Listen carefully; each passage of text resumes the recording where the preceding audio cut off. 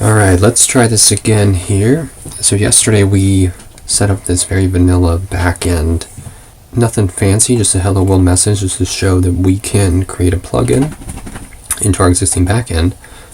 But the next thing, probably the first thing that you'd be curious about before even doing this is how do we connect a front end to see the existing products and have, the users interact.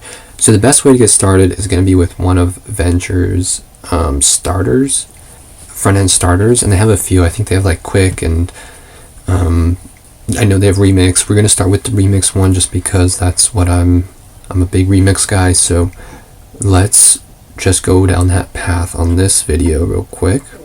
So what we're going to do is inside of our repo next to our test shop here, I've just cloned the storefront Remix starter. I recommend I just opened a PR for this on the front end, but I recommend going into my repository and branching and cloning off of my branch of this repo. So you can check in the Vendure repos. You can see my PR that I put up.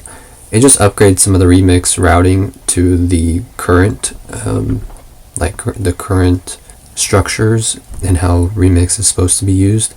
And so once that PR gets merged, then you can just pull directly from the Vendure. But for the sake of this video, I just want to let you know what I'm doing. So if there's any discrepancy there, just go into my PR here. You can copy my repository, and then in here you can just run get clone, and then just paste my repo in there, and it will merge it into, or we'll clone it into the folder there. Okay, so once we've cloned it, let's assume that I just did that and it worked completely perfectly. I'm going to cd into it, and we're actually going to just open it up in code. We have it right here. And the first thing we want to do is we need to modify the environment, this template file. We want to use this. This is just the basic default environment variables that it comes with. But to use it, for it to load up, we need to rename it to just .env so that it gets picked up. And that should get picked up there. The next thing we want to do is install install the packages, which I've done already, so everything's up to date. And then we're going to run it. Let's launch the backend first, just so there's no issue actually. So we'll just run this. This will launch on port 3000, and then it looks like we're going to, by default, we run the front end on 8002 maybe. Let's see. Yeah, 8002. Alright, so if we open this up, we see, let's close these tabs out here. We have our front end. So this is what the customer would basically log in and see. This is a great starting point. Everything should be functional. Even though I changed the routing, it should all still work. But let's see if we find any bugs here. We can add to cart. Everything still works. We can go through the checkout process, and we can submit a dummy payment. I don't know where the checkout button is. Could be a bug. I can open up another PR for that, or maybe the starter kit blocks that. I don't know. I can check out the code. Have some product filtering. I don't want to go through this. This is very basic stuff, but this is what you probably want to do next. You'd have the front end set up so you can actually view the products. Since we went through that so quickly, maybe we can do one more thing here. And I want to, so like say this is like you love this front end, and I'm sure you'll spend some time maybe redesigning it or whatnot. And we could go into some Remix basics of how some of the key changes I would make. But in any case, let's jump back into the back end here. And maybe let's just do some admin stuff actually. So maybe there's the case where we want to create a product. Let's just go through that. Super admin. For now, let's create a new product. We should be on the default channel I don't know where the channel selection is actually. Alright, let's do a new product. This is my new product. Alright, so we can create our name, description. There's also option to create facets. Sometimes there's confusion about what a facet is. A facet is kind of like a set of descriptors that you want to add. We can add an image. I'm not going to add an image right now. We can set the SKU price. This is going to be a very expensive product, and we have 10 of them in stock. We can also define our stock location. So the product variance is like different, I mean, kind of self-explanatory, different variations of like the same product. So if you have a small, medium,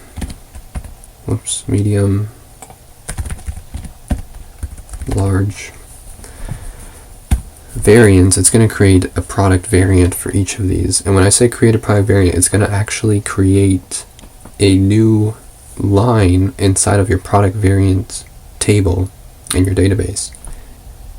And then it's going to have a relation to this product entity. So there's kind of an umbrella effect happening here.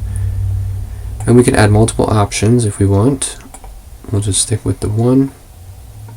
And let's just create this.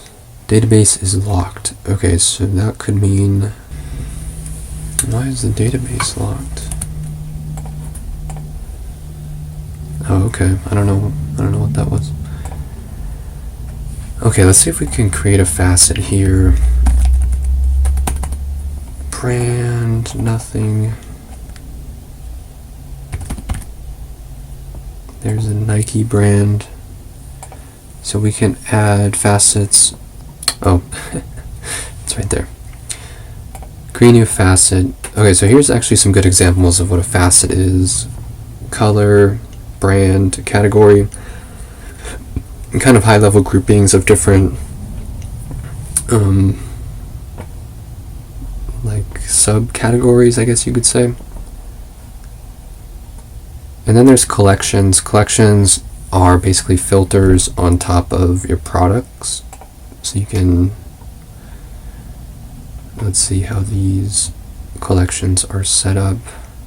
These look like manually defined collections, possibly. Oh, here's a condition. So based on this facet, it's going to basically filter for anything that's in this category based on this facet value. Alright, let's see if we see our new product. We have 2 new products. Why do we have 2 new products? So maybe the first time it did get created, or it's a bug.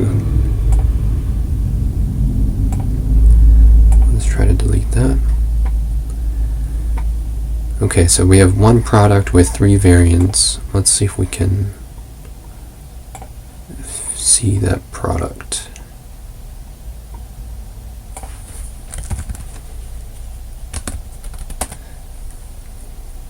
Is this our product? 1200? Yep. Small, medium, large. 1, 2, 3 in stock. That looks pretty good. Alright, let's stop there. I think the next one we'll dive into another feature, but this is kind of a quick, just get the front end going, and then we modify the product as well. Thanks for watching.